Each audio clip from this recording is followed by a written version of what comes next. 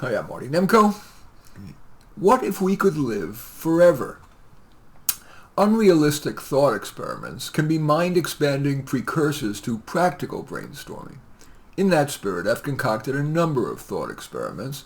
You can find them all here on this YouTube channel, or if you prefer to read them in text, on my Medium.com channel. Today's thought experiment: would the world be better if we could opt to live forever? The people that would opt to live forever disproportionately have good lives. That would lead to increased gross world happiness. Why? People with good lives are on average more productive and contributory, while violent miscreants are less likely to be happy and thus less inclined to want to live forever.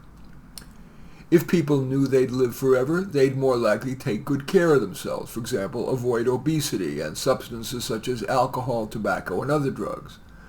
Not only would that make them happier, the decreased use of the healthcare system would improve our access to it. There would be more incentive for society to pursue long-term initiatives. For example, there'd be more funding for basic research, the kind that lays the best foundation for practical solutions, but whose fruit could take decades. There would be more experienced workers in many fields, from said research to counseling to fixing our cars. We develop better knowledge and intuitions the longer we're at the game. The criticism immediately leveled against life extension is that it uses more of the world's resources and taxes the environment. True.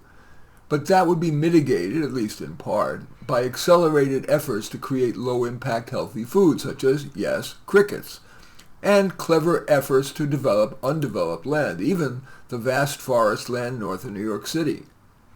Of course, people would be more reluctant to make that lifetime commitment, for richer, for poorer, in sickness and in health till death do us part. If we could live forever, that would be a hell of a long time. But that could be a plus. If the norm were for couples to choose some number of years term for their marriage, that would be less shackling, more realistic, and more likely to yield greater gross world happiness. In sum, this thought experiment leads me, at least, to conclude that we should increase funding for life extension, for example, the work of the Foresight Institute. In any event, I do thank you for watching. I welcome your thumbs up and accept your thumbs down. I always look forward to your comments, and especially like it if you hit the share button below. Share on your social media so that my efforts can have broader impact. And I am flattered if you choose to subscribe to my channel, and certainly would welcome you taking a look at any of my 28 books. All of them are on Amazon. Just go there and search on my name, Marty Nemko, N-E-M-K-O, and you will find more than you can stomach.